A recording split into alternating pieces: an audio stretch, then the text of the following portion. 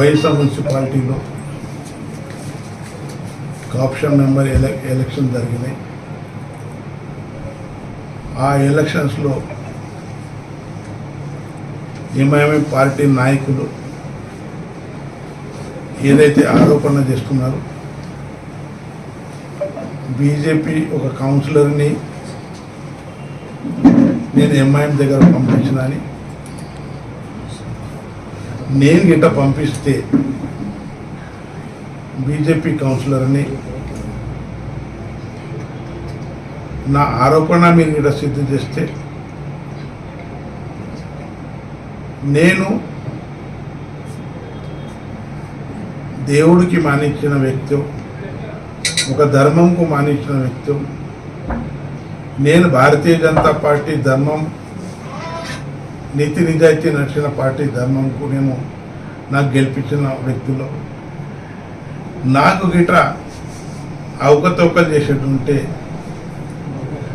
Gambling చేసేది ఉంటే నేను చైర్మన్ వైస్ చైర్మన్ ఎలక్షన్లోనే గ్యాంబ్లింగ్ చేస్తుంటే.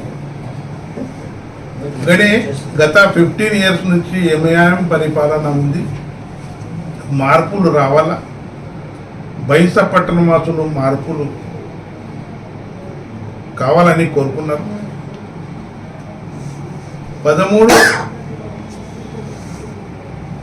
14 కౌన్సిలర్లు ఎంఐఎంకు వ్యతిరేకంగా ఓటేసి కొంత ఇండిపెండెంట్గా కాంగ్రెస్ పార్టీగా భారతీయ జనతా పార్టీగా ఓటు వేయడం జరిగింది. దాని తర్వాత చైర్మన్ ఎలక్షన్, వైస్ చైర్మన్ ఎలక్షన్స్లో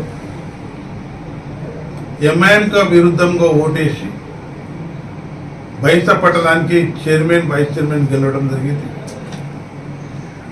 ఆ చైర్మన్ వైస్ చైర్మన్ గెలవటానికి నేను కూడా బైసా వాసులు మార్పులు కావాలని చెప్పడంతో నేను కూడా ఇప్పుడు గెలిచిన చైర్మన్ వైస్ చైర్మన్కు ఓటేశాను. దాని తర్వాత కాప్షన్ ఎలక్షన్స్ జరిగినాయి. కాప్షన్ ఎలక్షన్స్లో ఒక బీజేపీ కౌన్సిలరు ఏదైతే ఎంఐఎంకు ఓటేశాడు దానికి మీరు ఎంఐఎంకు ఓటేసిందని, అందులో ఎమ్మెల్యే పాత్ర ఉందని చెప్పడం సిగ్గుచేటు. ఎందుకంటే నా పాత్ర గిట ఉంటే, నేను ఒక ఓటు వేయకుంటే చైర్మన్ వైస్ చైర్మన్ కూడా కాకుంటే, ఏదైతే అబద్ధాల గురువును 15 years నుంచి పరిపాలన చేసిన, దేవుడి మీద చేతి, మస్జిద్ మీద చేతి పెట్టు, పిల్లగాళ్ళ మీద చేతి పెట్టు, అటువంటి దొంగతనం నాతోని కాదు. స్వచ్ఛందంగా నేను పబ్లిక్లో వస్తాను, పబ్లిక్లో మాట్లాడదాం, ప్రెస్ మీట్ పెడదాం. నేను ఎప్పుడైనా నీకు లొంగిపోయి ఏమన్నా మాట్లాడితే ఖచ్చితంగా దానికి మీరు సిద్ధం చేస్తే నేను ఎమ్మెల్యే పదవికి రాజీనామా ఇస్తానని తెలియజేస్తున్నాను.